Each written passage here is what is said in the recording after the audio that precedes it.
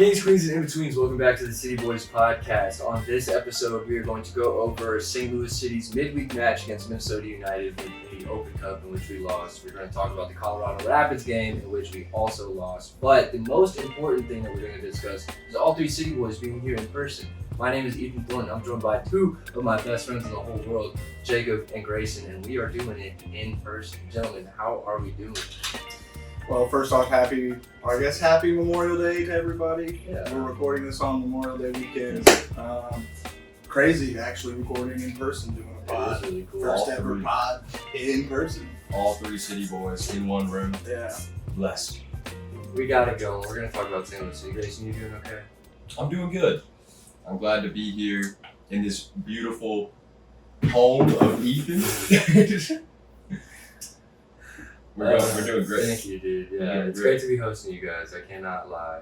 And yeah, I wish that we finally got to watch a St. Louis City game not in City Park together, and it was kind of brutal to see, frankly. The result this Saturday, the game like false started and ended up continuing on in the rain late on the East Coast. I think it was going until like 1 o'clock over here. Yeah. Oh, it was brutal. No, we had to make it to the bars during the match. If you watch our TikTok, I think it's our latest City Boys TikTok. You can definitely tell, but it's pure cinema. Yeah, to put it lightly, we had a really good time this weekend despite the St. Louis City result. And we ready to get into it now? We ready to talk about it? Which one are we talking about first, Minnesota or Colorado? Yeah, let's cover the Minnesotas first because we got two Minnesota matches to cover pretty much. So, I mean, it's two losses to a pretty darn good Minnesota side. Definitely a better team than we are. And I think the second one hurt more because we fielded as strong of a team as we could, and they did not. Minnesota did not field their best team. And, we did our best. We had a 2-1 lead going there for a second. Vibes were turning around, and then Anthony Markinich reminded us who he is. My goodness. I mean, I saw people saying that it was bad business that we let Anthony Markinich go, but we cannot. Let's remind you of how he was doing around the time we let him go. That was a very good trade for St. Louis City. We had just picked up Jay Reed, and the left back position was pretty much locked up. Giannis Horn also can do a great job at left back, so I'm not upset at all that we let Anthony Markinich go. I am pretty upset that he nabbed a brace on us, including a header from a corner kick. All right, that should never be the case with Anthony Markinich. He's got some hops. He scored a header. I think he scored 2 other headers this season. At least For one against Minnesota. Miami. And he gets up there. Ronaldo-esque. I don't miss him as a City player. I mean, he was not performing for us when we did trade him. We were also running all of our outside backs at center back at one point. Mm-hmm. I don't think he was a good fit for our system, but I felt like his him leaving City was like a bit speedy. Like I feel like he came and went very fast. True. So I was very surprised when we did sell him because I did like Marketing as a player. I did rate him, but and it's only now that it's coming back to bite us. Like we haven't seen this guy in a while, so. Yeah, and as far as the game is concerned, what really hurt about the 2 goals that he scored were the quick order in which they were scored and the manner in which we conceded a lead to a former player of ours. We had a 2-1 lead going into the 85th minute. Anthony Markinich scores, and then 3 minutes later we concede once again to bomb out of the Open Cup, which we had put a lot of stock into given how our current season is going. Exactly. It was Open Cup or bust at this point because, I mean, I can't remember. I think it was Jeremy Clemens who said it, but we need to win 50% of our matches till the rest of the season to make playoffs. yeah, I saw that. And we've looked through. We can do that on the pod later because I don't want to bring it up now. It doesn't look. But the run to the end of the season is a bit rough. There's a lot of games I'm worried about.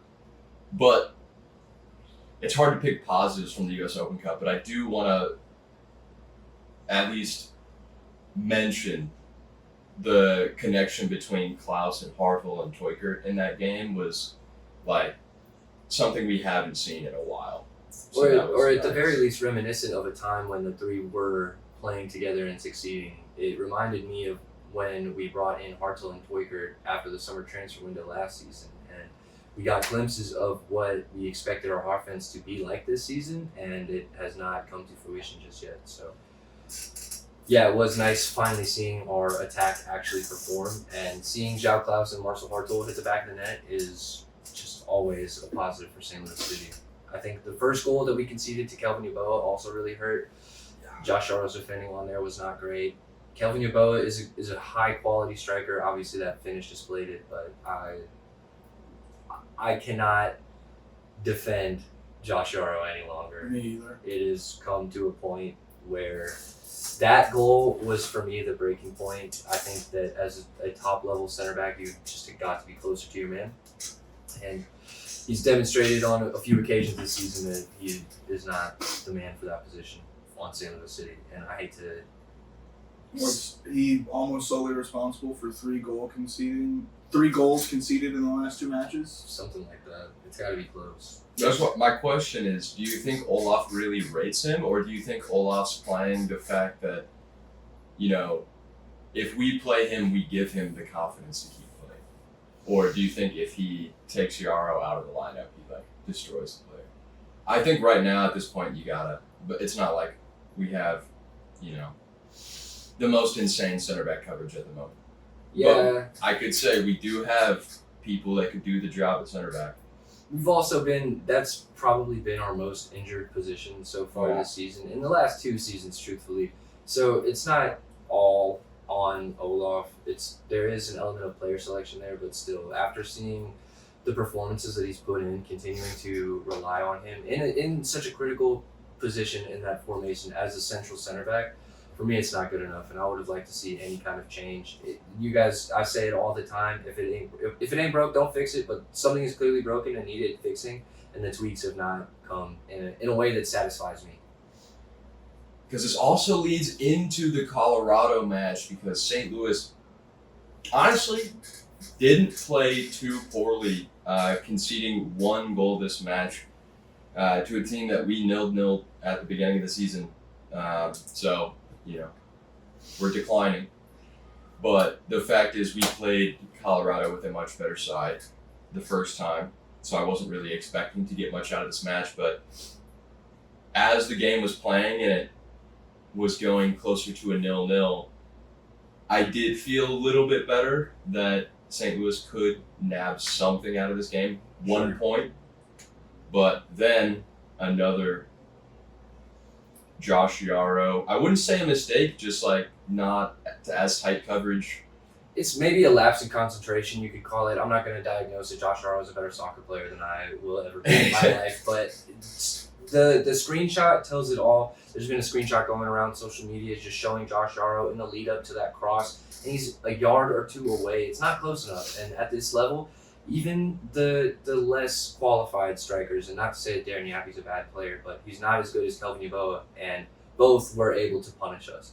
And so this isn't the first time that we've seen 1 or 2 St. Louis City center backs around the ball, near coverage, and not preventing a goal. That's how Denny Bowanga managed to secure a point for LAFC against us, and that's exactly how Darren Yappi gave Colorado 3 points against us in a game where, frankly, we should have been on the board already.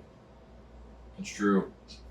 Should we talk about the Toykert missed chance? I think we have to at least address the Toykert missed chance, because he's been below his level this season. I think that's safe to say. We want him to be more productive. And so seeing him get chances like this are kind of what we're hoping for. That's exactly what you want to see, is your striker in a high quality chance. And so to see him not bury it with confidence he's 1v1 with the goalkeeper and shows the entire stadium which way he's going to shoot the ball. Just about. Telegraphs it all the way. Which even then, if you telegraph it, you still have to execute. Yeah. And he didn't. He just hits it right into the goalkeeper, puts his hands up over his head. It's like, no, you had at least 2 other options: take it around the goalie or chip the keeper. Throwing a fake little hezzy. Yeah. At least do something. Both of which I believe Toykert has in his locker. He is a very good quality player on the ball. So to see him make that decision and it pan out the way it did is incredibly frustrating. I think we've seen this happen to Toykert a couple of times this season too, where it's a situation between him and the keeper, and he just it seems like he's overthinking it, and at this point it seems like he's like oversimplifying things to try and make it easier on himself. But then the finish is off. He's hit side netting so many times this season on goals that we thought were clear goals for Toykert. It's true. So I feel for the guy because it's clear he's getting in good positions, but his finishing is just not up to snuff this year. Yeah, and to his credit, if he tries to round the keeper and he doesn't succeed, it's a much worse look, in my opinion. It's just frustrating that a player of his quality isn't producing to the numbers that we're expecting. And that is a good point too, because there's been a lot of moments where we get in situations where we think we're going to score and we don't even get a shot off because we, hold onto the ball too long and get pushed out wide or something like that. So I think that is a good point. Well, also, the last thing I want to bring up on that Toykert chance was the follow-up, okay? I'm not going to not address Klaus's swing and a miss there because we need to see better from our DP level strike. Excuse me. And for Colorado to score, I think 5 or 6 minutes later off of a cross it's killer. It's no wonder St. Louis City went into the locker room with their shoulders down. It's hard to pick yourself up for a game like this, and for us to not capitalize on a chance like that leads to a 1-0 result in favor of the opposition. I mean, our second touch to start the game was kicking the ball out for a goal kick. Oh, the Klaus shot to Yeah. start the match? Yeah. It didn't look great. Should have telegraphed how the game was going to go. It essentially did. In a rotated Colorado side as well. I don't know if Zach Steffen makes that save. What do you guys think? Said he against Zach Steffen? I think Navajo would have given us more problems. I agree. Georgi Mihailovic did give us problems. Yes, he did. Not as many as he used to. Yeah, what did you guys make of the Chris Durkin and JGR pivot pair that started for St. Louis City this week?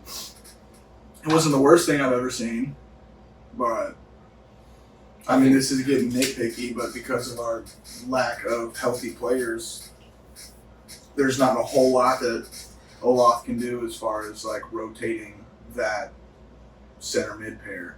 It's true. To me, it's just, why is he not picking Ostrich? A player that's clearly in the best form that we've seen him in a City kit, Yeah. and he can't get on the field over JGR.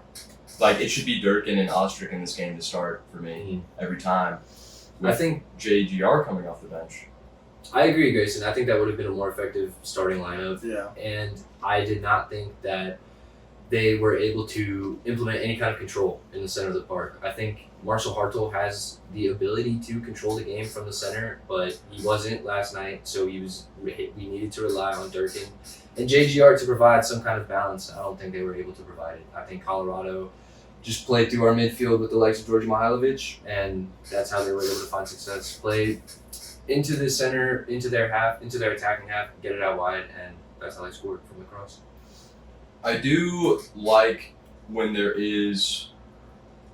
I have positives and negatives about playing two CDMs, two out-and-out CDMs in this midfield, because we've talked many times about how Durkin isn't the out-and-out number 6. He's more of like, he is really like an 8. He does like to get forward a lot.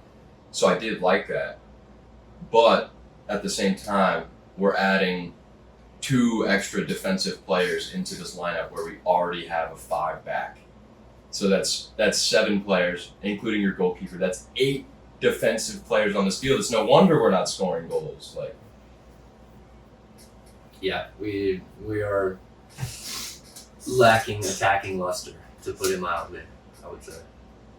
but there is a conversation I want to have about, moving past the matches specifically, because the boys did get to tune into a very exciting MLS match last night. Yeah. That was a lot of fun, and it was lacking just about everything we've seen from a St. Louis City match this year. And that match was Atlanta United versus FC Cincinnati, 4-2. Mm-hmm. Great fucking game. A lot of goals. Go back and watch that replay. It's a lot of fun. But my point is the entire story around this match was all about Robin. What's his name? Delia? Robin or Ronnie Coach? Delia, the head coach of Atlanta United. Before this match, Atlanta United were in the exact same boat as St. Louis City. Let's see. Our record was exactly the same. We were at 2 wins. We were at 2 wins, 5 draws, 7 losses. And before that match last night, Atlanta was on the exact same trajectory. It's obvious they've spent a ton more money than us in the offseason, so, I bet their managers, even in a hotter seat than Olof is. But the big story was before the match that Ronnie, in a couple post-match pressers, blatantly called out his players for being soft and weak in the box. And all of the pundits, including Dax McCarty, were saying, this is crazy. It's either right now, it's basically issuing an ultimatum. It's either we get a result or I'm out. Because at that point, the club's got to side with the players or the manager. And, hey, it worked. Atlanta came out hot, offensively, aggressive, challenging on every 50-50. It was a great match. They came out crazy. It went up 2-0 immediately. And granted, I do think Atlanta is probably on paper a better side than St. Louis City offensively. Latte Loth and Alvarone are insane. But my point is, I did like this approach from Ronnie over what we're getting from Olof right now. Because I've seen on social media, a couple people are calling this more relaxed feeling around the club right now, where Olof is just kind of reserved in, it is what it is, Interesting. selection.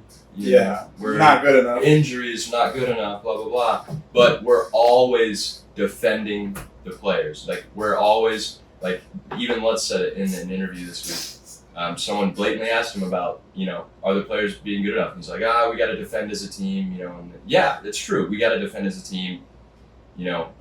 It's got to get past 10 people before Yara makes a mistake. But at the same time, you don't have to call people out individually, but calling your team weak and getting some fire out of them, it's just a different take than what we've seen out of our management team. Absolutely. And that's just, at this point, it's toxic, but it's passion. It's something. I don't know. Yeah, I don't know if I would say it's toxic racing, but what ultimately happened is it got them a result. Atlanta United were able to beat a team challenging for the top of the East. All right, and FC Cincinnati are a very solid team from front to back. They have great players from the likes of Roman Celentano all the way up to their striker, the previous league record signing Kevin Denkin.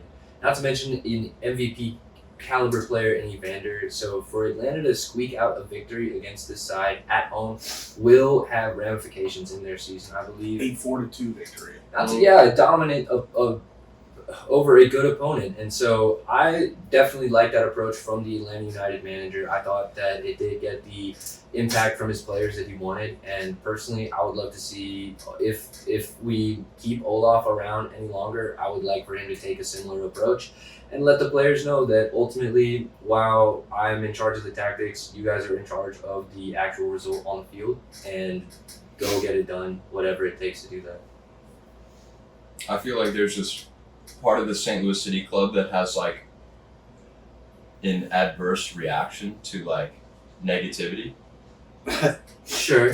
But I think negativity is very healthy in a club like this. Well, sure, and there's an element of not being divisive as a manager, right? Keeping the team together, but also getting that spark from your players. And I don't know about you guys, but I don't know if I've seen players trying to run through a wall for their manager. And I think they know that Olof is in the hot seat, and I think that if they wanted to get results, then that would be evident by the results. So I don't know what Olof is saying to the players in the locker room, but based on what I've seen, I don't see the fire that I think that got out of Atlanta United players. and that's why we put it in that context. It is Yeah. it is a little bit of hope for St. Louis City fans. I think if Atlanta United can beat FC Cincinnati in a blockbuster match, truly, then maybe St. Louis City can get a result against San Jose. You know, That's true. I just think at this point in the season, we need something to change our trajectory, and this is exactly what Atlanta got right here. Because now, I mean, the outlook on the club is very high.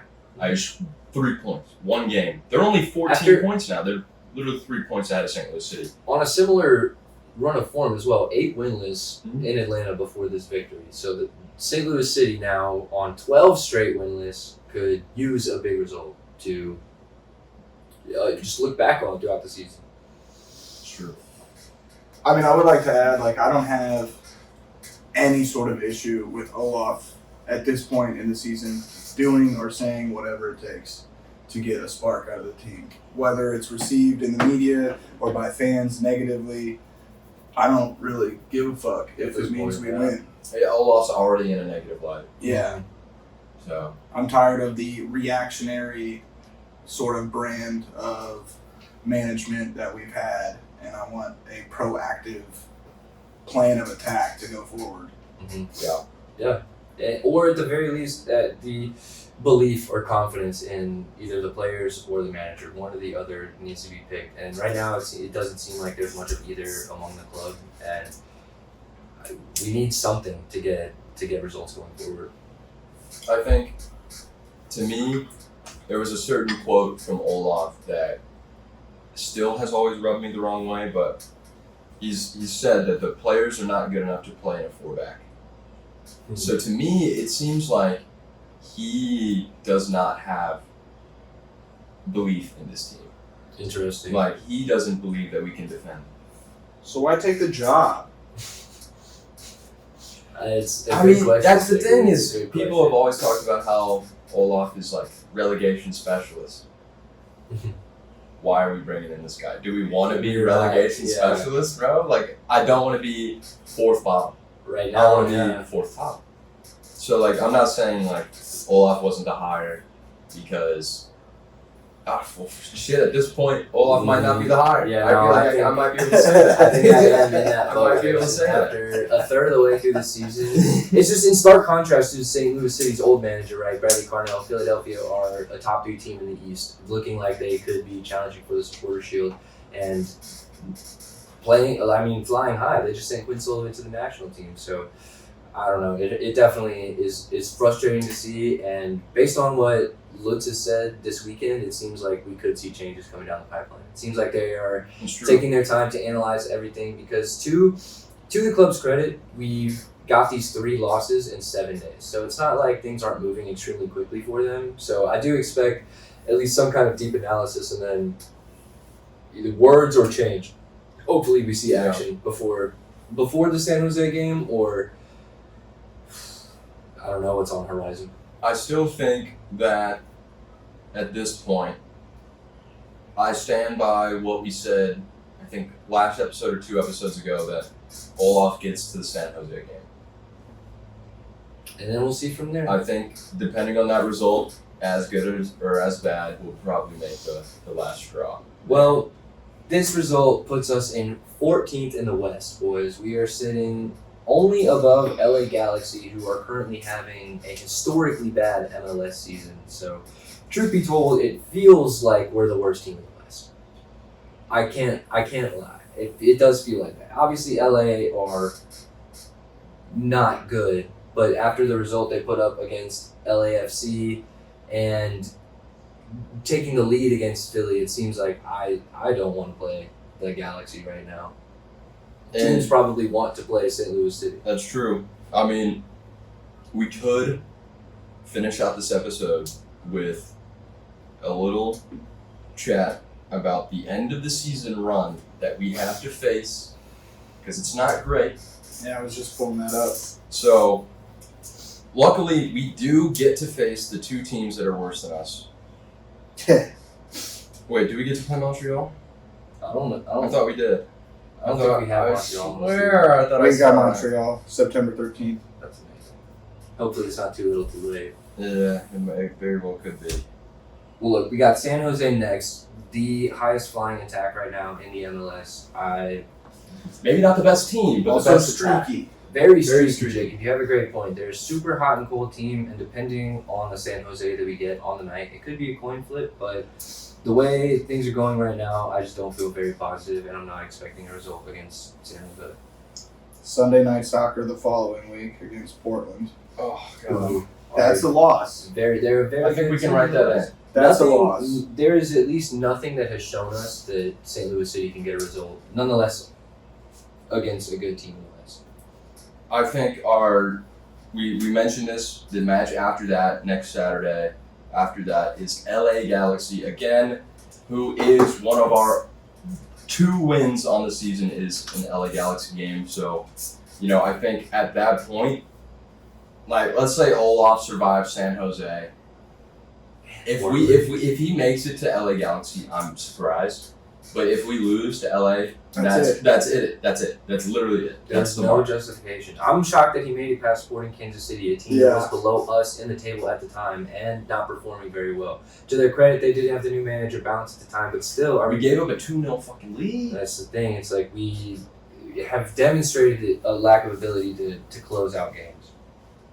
After the LA Galaxy, we follow up with a great team in the East, though, a midweek match against Orlando City, which I loss. really don't like our odds. Very terrifying on that one, honestly. I will admit that Houston is kind of a toss-up for me. Houston has not been the highest team this season, but They've played better than us so far. Yeah, I'd have to say Houston is a toss-up. I think St. Louis City could bring a game to them, but at the same time, I've honestly been liking what I've seen from Houston in bits and pieces. So Jack McGlynn is starting to find his feet, and historically, I don't think St. Louis City have performed the greatest against Houston. And then Real Salt Lake, kind of the same story. Like, they're a pretty mediocre side with a great player. Sure, yeah, Like, a team great that's player. extremely underperforming right now, and Diego Luna is having to carry the load up in Utah. But that is a game that St. Louis City could win and could pull out. We have to have a strong midfield in order to compete. Also, wouldn't be surprised if we lost. Yeah, saying that it seems like a game that RSL probably have marked on their schedule as, all right, let's get back in form. Let's make sure that going forward for the end of the season in July, that we start at this St. Louis City game and get good results. After that, Portland comes to St. Louis for the return leg. Like I said earlier, nothing has shown me that we will pull out a result there. And then that game against Portland, to me, starts the streak of death right here. Yeah, kind of. Because, Dallas, I'm not going to say that's like crazy good, but they're sandwiched by Portland and Minnesota, Nashville, Chicago, We can't lie, they Vancouver. Yeah, Dallas also have the likes of Peter Musa and Luciano Acosta. Who We know that they aren't seem playing. to play well against us. Exactly. Luciano loves a game against St. Louis City, so I just don't have real hope. We're going to be away as well, and granted we won away against the LA Galaxy this season. I think that's the only win away that we've had. Our away form has been poor this year. We constantly just drip goals in the last 15 minutes of the game. Yeah. After Dallas, we follow up with an opponent we are all too familiar with at this point in the season. Minnesota for the third time this year. I mean, maybe we have their number at this point. We're tactically prepared enough. This is going to be the rubber match. But if we get swept by Minnesota this year, it's frankly not surprising. Yeah. I think we very well could be done at that point. Nashville's good. Chicago's flying high this year. Well, they've had their defensive struggles, but offensively have been quite good. As it stands today, though, they're coming off 4 straight victories. They lost yesterday. Oh, I have that wrong. All right, well, The double red card is an insane. That's crap. true. That is Wow. true. Yeah, Wow. the double red card. All right, I read it backwards. But until yesterday, they had 4 straight victories. They have an attack flying high, and Brian Gutierrez. On a red card now. Pretty early on in that match, too. It was pretty wild. Against Vancouver, a Supporters Shield challenger this season. Lost. Move on. Houston, nothing new to say on them. Dallas again. Montreal in September. That could be a victory. Congratulations, our 4th win on the year comes in September. Yeah. September with, what is that, 4 games remaining? 2. I mean, it certainly doesn't leave the playoffs. I'll tell you that much. Like, it certainly doesn't get us into the playoffs this season. We're flying. Not to mention, after Montreal, we have San Jose and LAFC. So Yeah. it's not looking LAFC great. is LAFC the last match of the season? No. No, we It's got the last Austin of September. RSL. And then we close out on RSL, I believe at home, but that's gonna. I think that game against RSL might be a brutal one at Energizer Park. Yeah. They're basically, we're not trying to, I guess, cause grief here. St. Louis City's doing already enough of that, but Yeah, we couldn't maybe be any more pessimistic about the rest of the outlook on the season, but maybe that's a good thing. Maybe we've hit rock bottom now, and this is as bad as it can get for us on the back of 12 winless games. Yeah, I think to me it's like we have a lot of room to work with. There's still a lot of season left, but it's not looking great. I've seen a lot of people say, what does firing Olof do at this point? What do you mean? What does backing him do though? What is if we keep Olof, like I said to Ethan many times, if we keep Olof, we're Manchester United at the end of the season right now.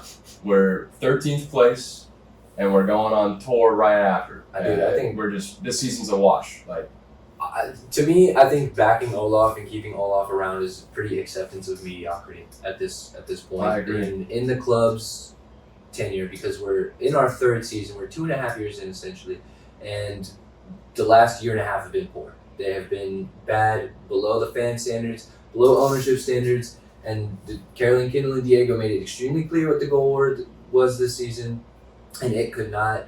I think the expiration date on that is coming up very quickly. I also think there's a large number of City fans that if you back Olof, you will start to see pretty significant fall off in attendance at home matches because the quality isn't worth paying for. Sure, It's an expensive day to go to the park. And see defense. And watch your team get attacked at for 90 minutes. It's not a fun watch. No. Yeah, so that's our outlook on the rest of the season for St. Louis City. It's not looking the greatest by the City Boys vision, but I mean, who knows? Maybe things could change. We've said it many times. If it's broke, fix it. And Lutz, he has the keys. We trust him. This is an Olaf or a Lutz in podcast. I'm pretty sure this is an Olaf out podcast. Yeah. At At this point, least 2 of the 3 we of can us say are that. staunchly out. What I want Lutz to say, I want Lutz to find the right man for the job. If it's Olaf, then that's what I'm ready. I'm willing to be like, you know what, he wasn't right for it. That sucks, but at least we moved on quickly and tried to remedy the situation before it got too far out of control. And that's what I would like to see from the club. I guess this week. If it's not this week, I don't really know when it's gonna be. So that's what I'm hoping for. As far as the game against San Jose this weekend, I'm gonna predict a loss. I'm gonna say a 3-1 loss for me. I'm gonna pick Jacques Klaus to score because I like doing that. As little as it has worked out for me in the past 3 seasons, but I think San Jose's attack is just gonna be too overwhelming for our back line, and that's exclusively what it comes down to me. Christian Espinoza is too good. They have their Argentinian DP whose name is Hernan Lopez, who scored a worldie of a goal against City 2 in his return to injury. Not to mention Chicho Arango, the leading scorer in the league right now. So, I don't love that lineup against Josh Aro, Kyle Hebert, and Timo Mambo. It's tricky because I was about to say I predict a draw because San Jose's had a lot of draws in the past couple match days, including a 3-3 draw against Houston. Sure. But at the same time, I don't think we have the firepower to even out a shootout here. I think we'll probably lose 3-1. Who you got scoring? Give me Zonde Silva. It seems like If a game he for him. plays, bro. I think this game has his name written all over it. I want Zonde Silva on the field. I don't think it has his name written all over it if it's Olaf's handwriting. Olaf will play in the CDM again. He does not get the clock I think he deserves. Yeah, I got no reason to predict a W.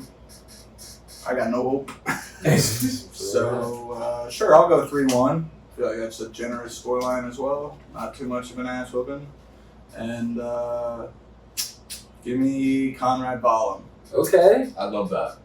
That would be a great game to get his first of the season. To see him playing with attacking confidence would mean a lot for this side, I think.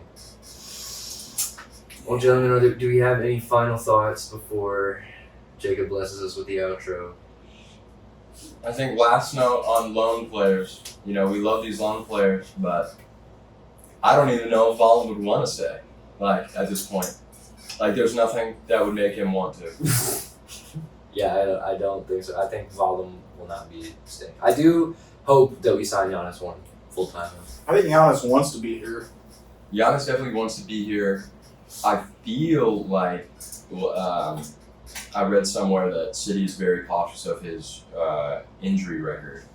So, which is fair. It's coming to fruition. You re-aggravated his leg in the Open Cup in the midweek, so I would maybe wish we were a little bit skeptical about other players on that front. sad people on the medical side of things would be a little bit helpful for the future. Anyways, Yeah, Jacob, let her rip. let's do Well, it. folks, happy Memorial Day. If you've been watching this far on YouTube, make sure you like, subscribe, and comment. If you are listening on Spotify, make sure you follow and rate 5 stars. And most importantly, do not forget to tell your mother you love her. Peace. STL, STL, STL.